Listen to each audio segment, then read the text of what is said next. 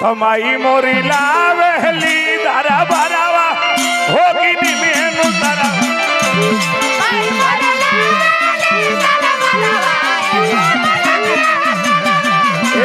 माई मोरी लावेली दारा बरावा होगी नी मेनू तारा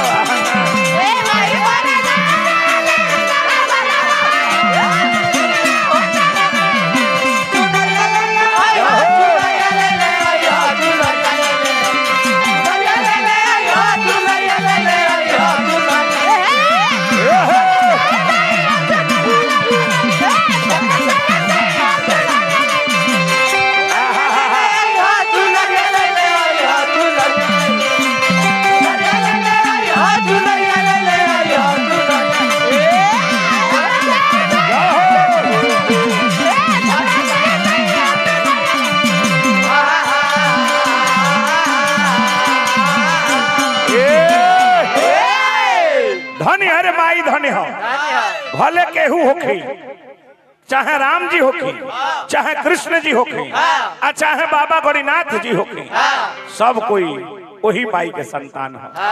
देखी माई माई से बढ़ी के देवी अब पिता से बढ़ी के दुनिया में देवता केहू ना होला। अपना माई बाप के सेवा करी जौन माई तरह का 9 महीना गर्भ में रखले बड़ी जौन माई तरह का अपन दूध पियोले बड़ी ओह माई से बढ़ी के देवी या बाप से बढ़ी के देवता दुनिया में केहू नहीं खे।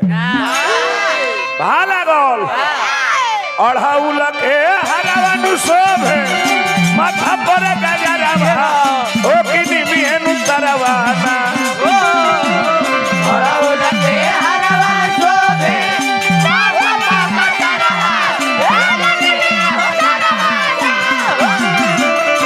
अढ़ाउल के हरावनु शोभे माथा पर गजरा ओ किनी मिहेनु तरवाना।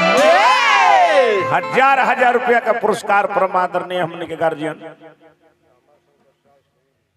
रामा शंकर शाह जी सेमरी के धरती से प्रणाम करतनी हार्दिक हार्दिक स्वागत बा।